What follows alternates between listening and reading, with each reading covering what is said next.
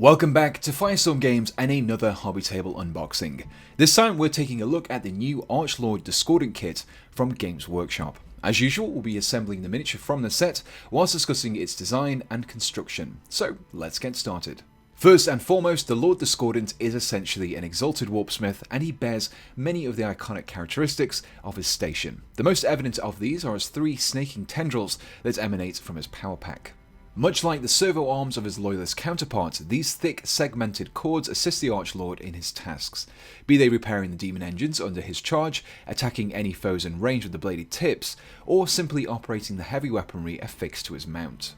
This weapon is where we find our first kit option. When assembling your Archlord Discordant, you can choose to mount either a Bale Flamer or an auto cannon, giving you the choice of maximising close combat abilities or offering the Archlord some long-range firepower while it tends to your other demon engines in your force.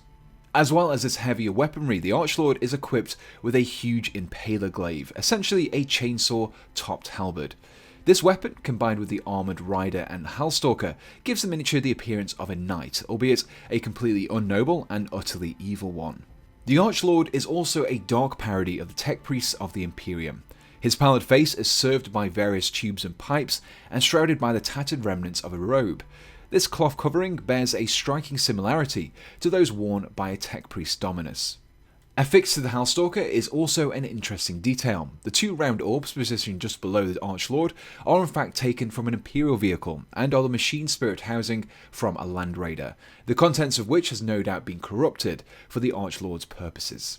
The Halstalker that the Archlord rides atop on is, in typical Chaos fashion, the stuff of nightmares. This beast is armed with a whip-like spike-tipped tail, 6 bladed legs, as well as an additional weapon in its mouth.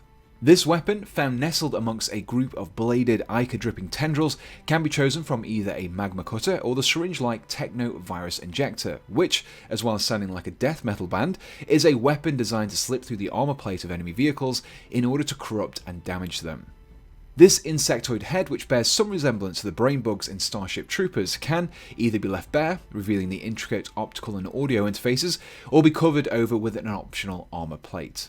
The Halstalker sits nicely alongside the other ground-based demon engines, particularly the Venom Crawler. They both share the same piston-driven legs, tipped with triangular-shaped panels. Each have the warped and stretched armor panels, and a spike main running along their back.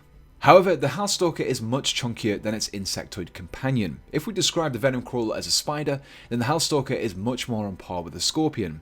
This is most apparent in the heavily armoured body, the bob tail, and the larger front legs. All of this adds up to a large and imposing miniature, which is perfect as a centerpiece for your Chaos Space Marine forces. So now that we've spent some time discussing the Archlord Discordant, let's continue the assembly and take a look at the finished miniature. And here we have the fully assembled Archlord Discordant. Overall, the kit was very nicely detailed, especially around the cracked and warped armor panels. It really gave you the impression that Halstalker was alive to some degree, rather than just being purely mechanical.